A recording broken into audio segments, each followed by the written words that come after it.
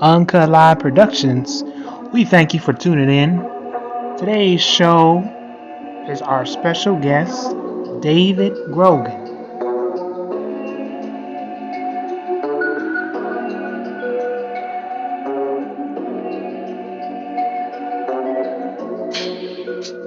Music courtesy of FYVE Geronimo. I ain't washing my hands. See proof of my affliction. No more hot in the straight. No more crash when I pray. I go. Geronimo, deeply ominous. Geronimo, deeply ominous. Geronimo, deeply ominous. Geronimo, deeply ominous. I'm jumping out the window with this one. Geronimo, deeply ominous. Up on the go deep sleep comatose. Yours truly, y'all know who it is. It's your boy, Mr. Uncut. Y'all know the mission of Uncut Live Productions is where we focus on mind, body, soul, spirit, faith, social issues, politics, community, you name it. As I always say, we keep it 100 on 1000. We will not be paused, edited, or muted. Anything you see, hear, hey, cards lay how they lay, and it just doesn't get no better than that. Eyes on the community, Prince George's County. Gorgeous Prince George's. They say the climate has to change. They say it is time for new leadership from all levels. And on today's set, as I always say on every show, you never know who's going to be here on the set. Today, we have the general. We have the GOAT of Prince George's County. The one and only David Grogan. Without any further ado, I'm going to introduce this beloved candidate who's going to share with us what's the future to come of gorgeous Prince George's. Absolutely. And Kenneth, and thank you. I just want to thank you so much for having the patience with me. I know we have been trying this for a very, very long time. We have. And I think it's appropriate for me to publicly thank you for having patience with me and understanding. Many people don't realize, I should do a reality show just to follow my world sometimes. You know, when I go to bed and when I wake up in the morning, I probably wake up to probably at least 50 emails, DM messages, Instagram, LinkedIn messages, just all kinds of things that I have to respond to and request for everything from employment to letters of recommendation to advice, consultations. And so, sometimes I used to say all the time, I'm a Fortune 500 company with just a couple of employees. And so I appreciate you because I've always wanted to come on your show. I've watched your show and the idea of uncut live. When I see my world, I think I'm gonna just uncut. Period. So that caught my attention because whenever I speak, I like to speak uncut. But now that I want to say I'm a veteran in running for public office, running for sheriff again. You know, I've had to make some tweaks and some adjustments because there were some learning experiences when I ran last time. So I'm still uncut, but just a little bit more contained. Let me just say that. But I will always be uncut. And sometimes if you ever hear me pause, whenever you hear President Obama speak, he starts to stutter. He's stuttering because he's trying to make sure that he doesn't say anything that could easily be taken out of context. And so that's what happens in the world of running for public office. The devils oftentimes, they're looking for anything to be able to say, did you hear he or she said that? Did you hear? So that's the only reason why sometimes I'll pause because I'm naturally uncut. And people that know me personally, if you ever want to get an opinion, if you ever want to get some advice, I'm going to give it to you uncut. Whether you like it or not, because if you ask for my opinion or advice about something, you're asking my perspective. And my perspective is derived from experience. And so I'm happy to be on this show. I'm happy to talk about the future. I've always heard people say we've got to reimagine policing or reimagine law enforcement. But we're missing it. We're missing the boat when we don't discuss. You can't reimagine policing or reimagine law enforcement without reimagining law enforcement management. Whenever you see a problem with any kind of business or anything like that, if there's a problem, the problem is not down with the people on the ground, because the people that you see doing the work, they're ground troops. If there's a problem with the ground troops, the problem is much larger than that. The problem is at the top. And until we start changing the top and we start reimagining police or law enforcement management, I just think that we're stalled and we're not making progress. So as a candidate for sheriff, I'm happy to talk about some things that we're going to need to do. And as you classify gorgeous Prince George's, I say prestigious Prince George's simply because sometimes there's a negative connotation. We tend to look back at some of the past when it was titled gorgeous Prince George's, and some people put a negative connotation on that. And so it is gorgeous Prince George's. It is prestigious Prince George's, but we have to get a grip on law enforcement. We can't continue doing what we've been doing in the past. We can't assume that the problems in law enforcement are everywhere else but here. All the problems or challenges, I don't like to say problems, let me say challenges, all the challenges that we see in national news, whether it's in Ferguson or whether it's in Texas or wherever, New York, we have the same challenges here. So we must first be open to admitting that. Because politically, we try to hide from the reality. See, people don't want to have Uncut. See, people are very uncomfortable. See, I'm comfortable with being uncomfortable. But what I have learned is the average person is not comfortable having uncomfortable conversations.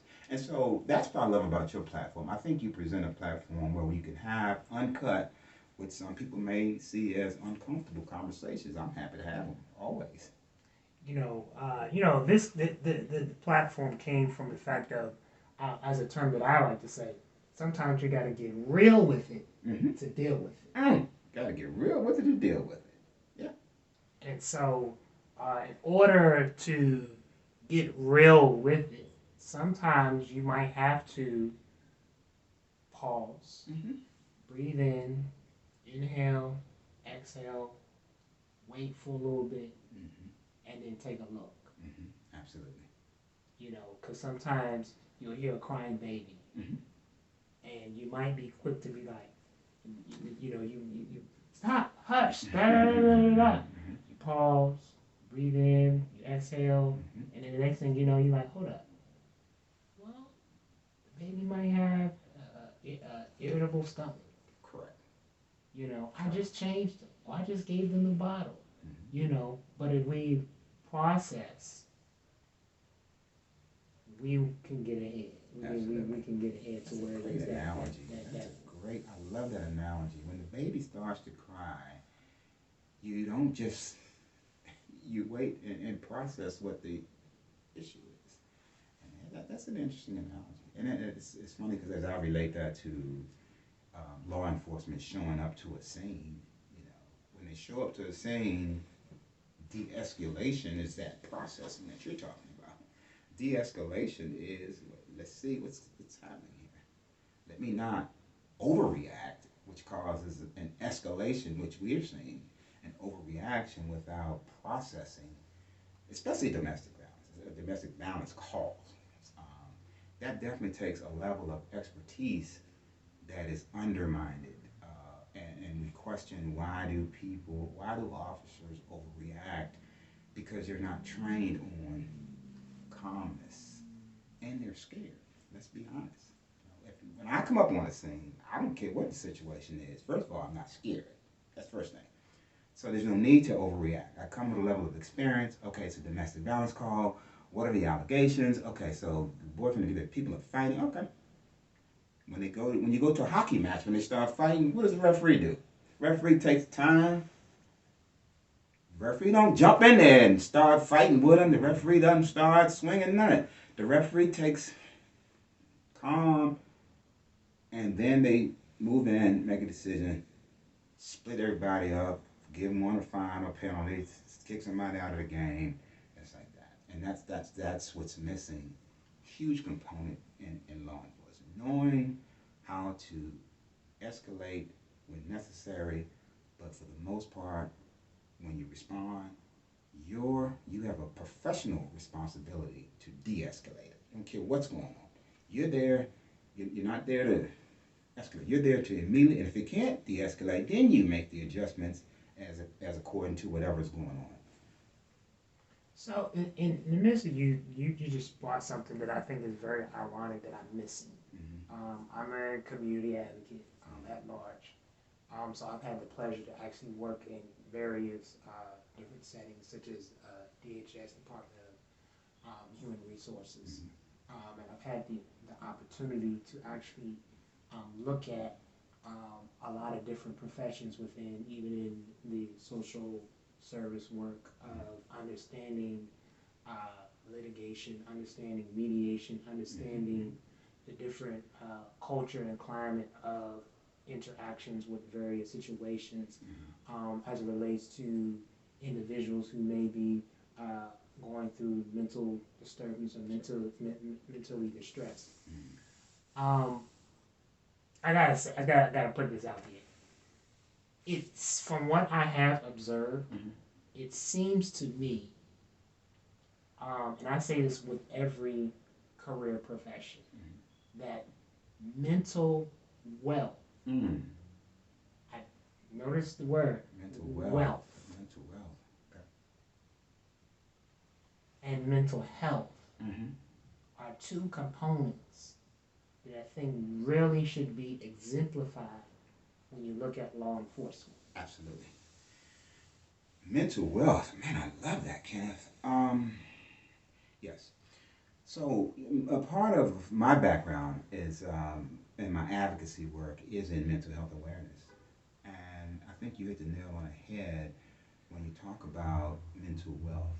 And one of the many things that I will be doing when I'm the next sheriff is taking a look at that model, because when we're recruiting, you cannot recruit without having a discussion about mental health or mental wealth.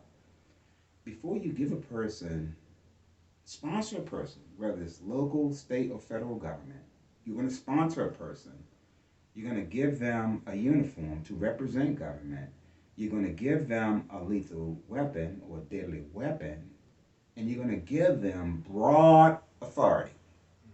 How do we do that without some type of evaluation? Psychological evaluation, psychological screening. A lot of times that alarms people because they assume that that means figuring out a way to eliminate people. And it doesn't mean that under my administration. What it means is that you can't train a person who's not cut out for a particular profession. Law enforcement is a very dangerous profession that requires a number of different skill sets. And what has happened over the last several decades, we have ignored the people who have the skill set to be good law enforcement officers in their communities. And we've ignored it because that is a skill set that oftentimes are in people who grew up in urban areas. We know we're not shy about people. We're not shy about dealing with people. We're not scared of people. We understand people. We understand the culture. And so it's a skill set that if you had some form of psychological evaluations at the screening level, just to see, because what you're talking about is, when I'm your next sheriff, we're going to be screening for a different caliber of a person. We're going to be screening for people who have what's known as emotional intelligence. So if we take a young person and they have the emotional intelligence, now they can be trained to be law enforcement professionals. But if we're putting people in uniform who doesn't even possess the internal skill set, somehow they figured out, okay, I can get a government job being a police officer. I need a job. And then you give them uniforms. Now you have what you see today. You have people who one they're scared, two they're untrained, three oftentimes they don't particularly care about their community. See, if you bring people, this is what I saw in the feds. People go into federal government law enforcement jobs. And so they say, well, okay, nobody wants to go work in D.C. So if I want to get a federal government job, law enforcement, why don't I go to D.C.? So when I, as a U.S. Marshal, I had a class of 48 people in my class, it was 3 blacks. Our class comes back to D.C. These people are from Beaumont, Texas, Boise, Idaho, West Virginia, all over the place. Now they're assigned to police our communities. What is the likelihood that they're going to think in terms of community policing and care, concern? There's no likelihood. The likelihood is that they're going to come, they're going to do whatever they need to do in our communities so they can have some information to put in their promotional packages so they can transfer back home. Now, when they go back home to their communities, community policing makes sense to them because they're not going to go in their communities like terrorists like they want to come in our communities. So you spoke on that. I want to say this. I had a couple of viewers who have reached out to me and talked about I know that the sheriff career is totally different from the PG police. Mhm. But one of the questions that I was told to ask was this: PG PD is recruiting and vetting individuals outside of the county. So they're vetting and recruiting in places like Virginia, the Commonwealth state. Um, will that be an approach that you would take as being sheriff? Will you consider is that something? Absolutely not. I'm not suggesting that someone that lives in Alexandria, Arlington, or lives in the DMV would not be great candidates for positions in Prince George's County. The problem and or challenge that I have seen is that we have not made our residents a priority. When I'm your next sheriff, we have to create opportunities for our residents. I've heard from the business communities, I've seen it in employment, I've experienced it myself. People question, how is it, why don't contracts in Prince George, I'm from here, I've got X business, I'm from here, I'm looking for this particular job, I've got this experience, I'm not even given an opportunity.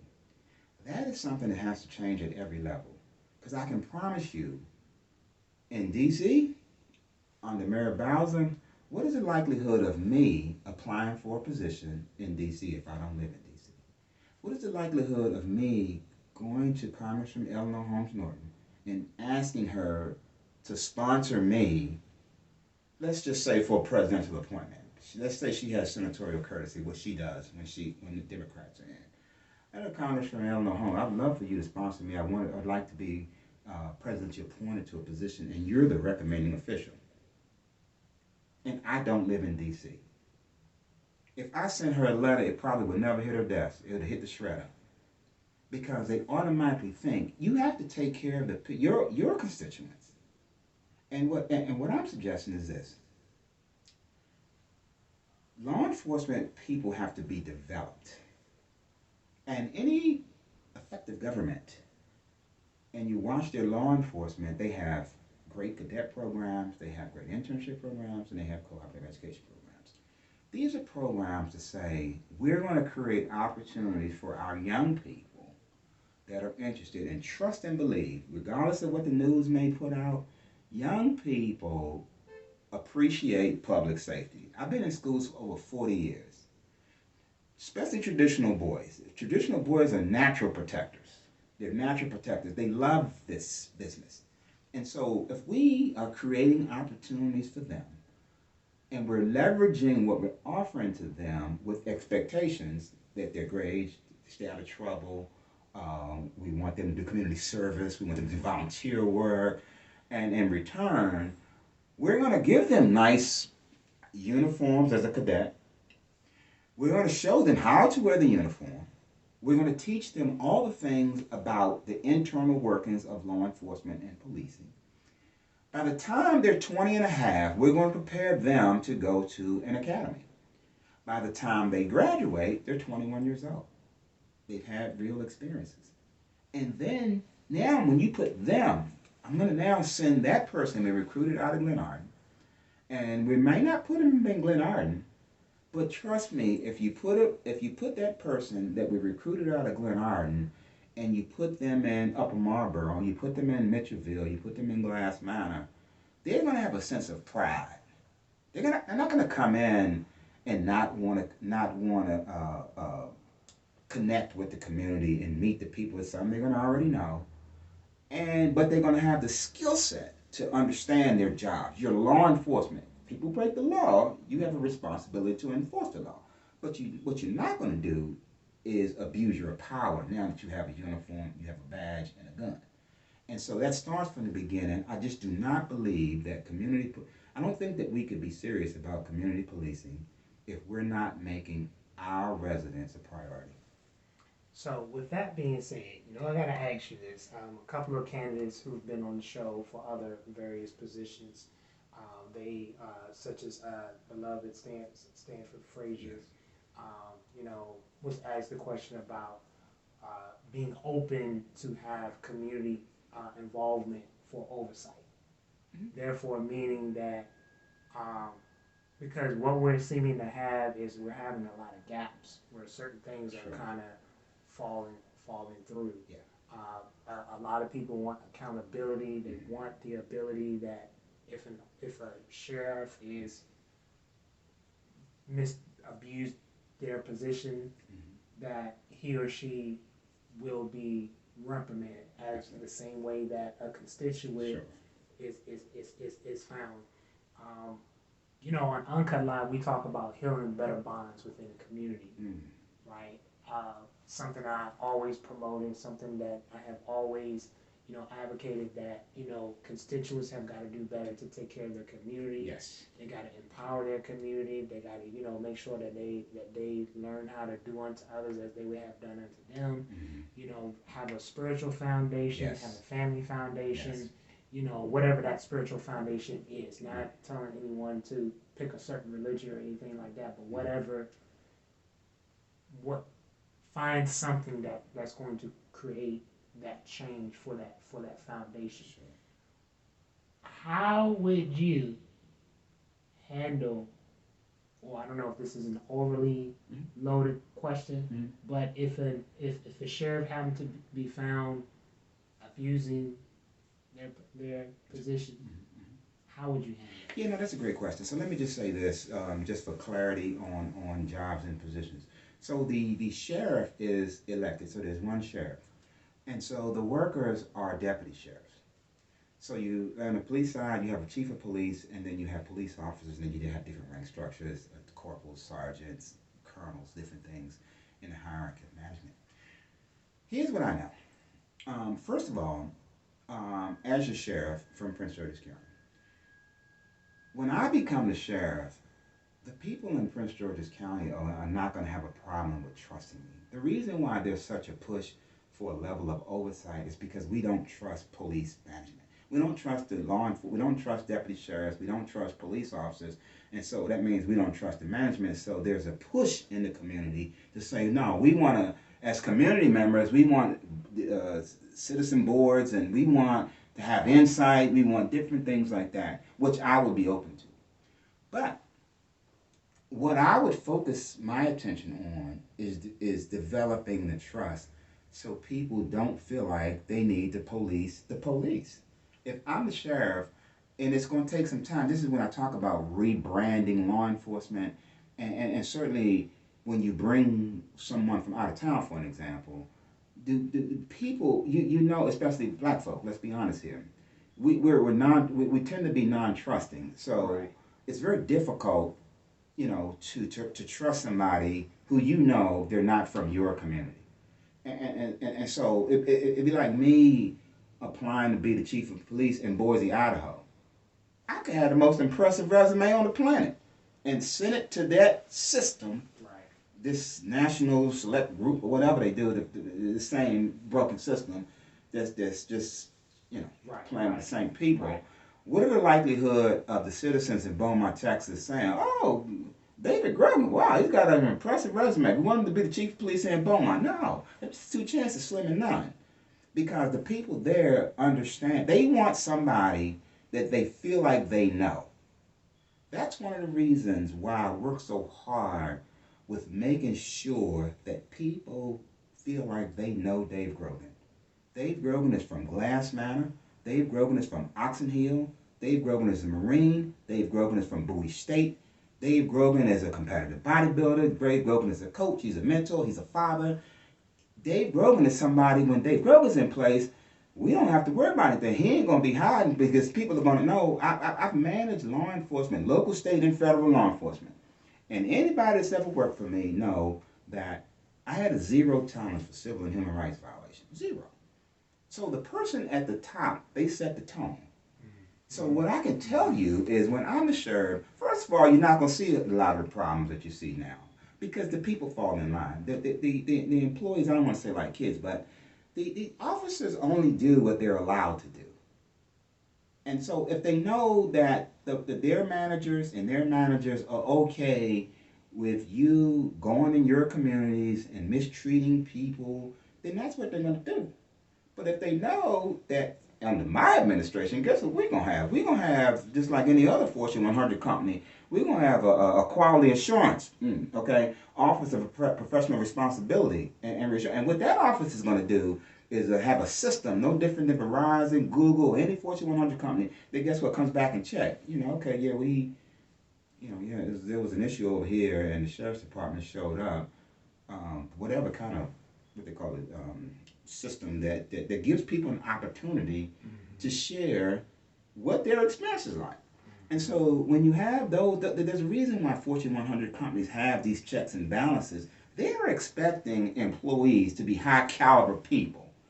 They're not expecting to put people out there and these people treat customers any kind of way and anything like that. But in law enforcement, see, there's no checks and balances.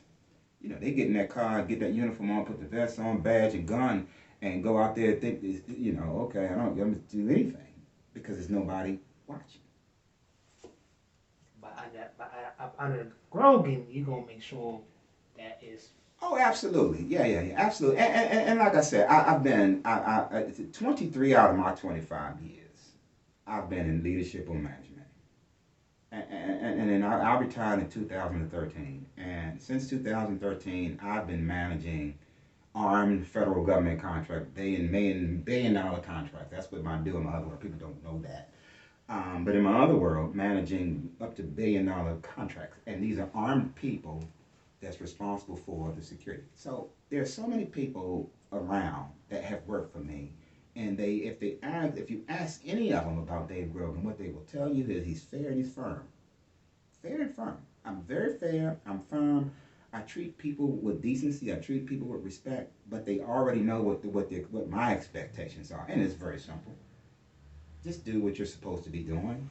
And when it comes to policing, things go wrong. Sometimes people don't realize that the police aren't perfect, right? And so things go wrong. And nobody's that ever worked for me ever had to wonder whether, okay, man, if I do something wrong, is Grogan going to fire me? No, we a team. I realize things are going to go wrong. When things go wrong, we fix them. I can't make this up, with warrants. The guys take down the wrong doors fairly more often than I would like. And so if they end up taking down, just as an example, if they end up taking down the wrong door, first thing we're going to do is you're going to go put that door back up yourself. And then after you put that door back up, then I'm going to go apologize. But what I'm not going to do is somehow know that you took down the wrong door, and I'm going to make the tenant feel like they did it themselves. Oh, our guy didn't do that. We didn't do that. These Jedi mantras, because that's where the frustration comes with people. That's what's, it's not that, because trust and believe, people don't realize this. Law enforcement there's a level of insurance. And so there's room for mistakes, even deadly situations. as long as an officer can demonstrate that they were acting in good faith, they're protected. Because the things are going to go wrong. They're not, you can't run out here in a dangerous job like this and expect them to be perfect. Things are going to go wrong. But what we're not going to do, you remember in Maryland, at University of Maryland, one of the officers, they showed up and sprayed the kids that was partying and celebrating. And the chief out there, within 2 days, he's a former chief of Prince George's County, first name David, I can't think of his last name. But within 2 days, he came right out and said, my officers were wrong and we're going to fix this. How difficult is that? They were wrong, we're going to fix this, and that's it. Versus, let's create a whole bunch of, well, you know, the kids were, they were partying, and then the officer felt scared, felt threatened for their life, and so we were on a college campus, and we pepper sprayed everybody, and we think that we did the right thing. Now that chief said, we were wrong. That's the kind of sheriff I'm going to be. If we're wrong, it's going to be easily assessed, and we're not going to compromise any particular cases. If there's, you know, sensitive cases, there's a lot of elements that goes in, especially shootings. You know, shootings can be, it can be complicated. So you don't want your officers to feel like they got a second guess. You can't have law enforcement people on the streets second guessing whether their management is going to support them. And so I have no history of that. And you can ask around. I've been thousands of people that work for me. Now, I work for Grogan. Grogan got our back. We're going to do what's right. But what you ain't going to do is go abuse your authority under my watch. Last question before we wrap it up. Because, so in other, I know this is different, but I gotta ask this. So we're trying to, you know, build better bonds and get a mutual understanding of where we are at, because the goal at large is that people wants to make sure and understand that it's going to be 100% transparency, that there's going to be accountability, and that one of the things that's going on, that I had the pleasure of working with a couple of individuals of other organizations is that we often have individuals who have come from other jurisdictions, or maybe in other states, who somehow they got reprimanded, they got let go, and then somehow they managed to come on over to gorgeous Prince George's. It's very common. How is this? So I think now, I think that the new law in Maryland, and I don't know all the intricate details of the law, but there's a new law in Maryland to help that. But that doesn't even get that complicated, because we go back to the vetting and the recruiting. If we're properly recruiting, and we're properly vetting, and again, I'm not suggesting that the people are going to go work at the White House, so they're going to need top secret clearance. Although I have no issue with that. I think that political people and law enforcement officers, you know, should have something to say, that there's something attached to their integrity, their moral integrity. Right. That's what clearance is about. You know, when I'm proudly say for 30 years I had a top secret clearance. What that stamps says that this guy has demonstrated a level of moral character. And I think that we need something like that on the local level. That's very costly. Okay, so but with technology, there's no reason why people should be slipping into police departments and we don't know that somebody had a problem somewhere else. Because either we're dropping the ball in the vetting process, or we're playing along with the system. I forget that, mixing lemonade or something. And because law enforcement is on culture. See, 10 years ago we weren't having these conversations, but this is something that's gone on for years. One person, they have a problem over here, but they got police experience, so they just say, okay, I'm gonna go over here. I think in Maryland, based on the law that we put together, there is some level of protection. But the vetting process under my administration is going to be different. Now, mind you, let me just say this. Let me just be very clear about something that I do believe in. I believe in second chances. I really do. I if an officer has had an issue somewhere else, let's say an officer had an issue somewhere else, and they had the moral character to say, I want to apply to be the sheriff's department. I want on the sheriff's department. If the person comes to through my command or it gets to me that they're honest and they want to discuss it, then I'll make a decision on it. I'm not going to just shut somebody out because, again, I don't think we need to get into this thing where we've all had challenges in life. But what I have the ability to do is to listen to a person, give them a fair chance. If you're somebody that have had hundreds of complaints against you, civil rights violations, misuse of weapons, nah. You're not going to be in the Prince George's County Sheriff's Department. But if there are some other things that a person can articulate that it was a period of time that they had some lapses in judgment, let me just say that, I will be very open to it. And that's the same even if they're not police officers. Here's where we're going to be a little bit different. One of the things that keep good law enforcement out is that there's things in place. Okay, you got 2 speeding tickets. Your application shredded. We act like, but that's not what happens in other areas. In other areas, they have these conversations that we're having. Okay, little Jimmy got into some stuff when he was a teenager, but he's always wanted to be a law enforcement officer. See, little Jimmy gets a chance when he's in Beaumont, Texas. But we put these labels and stamps on people that destroy people for the rest of their lives as if we're all perfect and there's no room for error. When I'm the next sheriff, I will evaluate circumstances on an individual basis, and I will make determinations on whether I believe a person who was honest and upfront with me deserves a second chance at law enforcement. Because people who want to do policing, if you talk to the right ones, they always want to do it ever since they was a kid. Why should I kill those dreams? Well, you guys, there you have it. You heard it here. You heard the brother just, open up and be transparent and honest and have these conversations that need to be had. Uncut Live Productions is going to bring the champions, the heavy hitters, so that you can hear the voices. You can see the type of individual, the leaders are, and you can, reach out to the brother.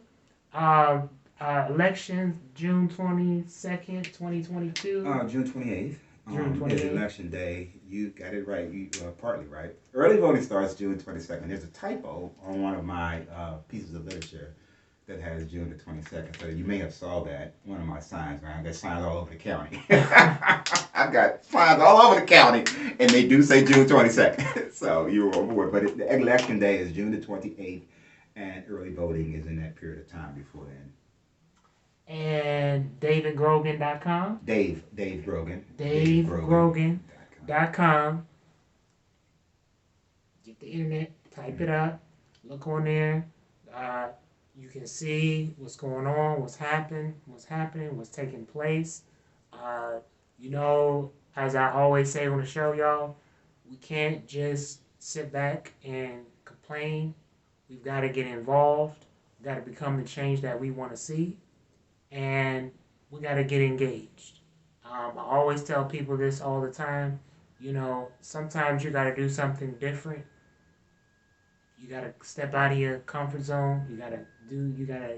Because change happens when we engage.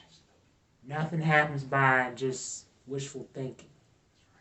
So we got to get involved. We got to get engaged. We got to become the change that we want to see. And if running for public office is not your thing, perhaps maybe you can create your own nonprofit organization. Mm-hmm. Perhaps you can start your own grassroots group. Whatever it is, you can't just sit on a seat and do nothing. Mm. You got to get up. You got to become the change. We got Black History coming up, and we're gonna be reading. We're gonna be looking at all the different greats that paved the way. A lot of the beloveds created the pathway. What we're now all fighting for today is human rights. They created a path that set the tone for the civil rights. Whatever it is, we can all do something. And you don't always have to be a public official in order to make a change.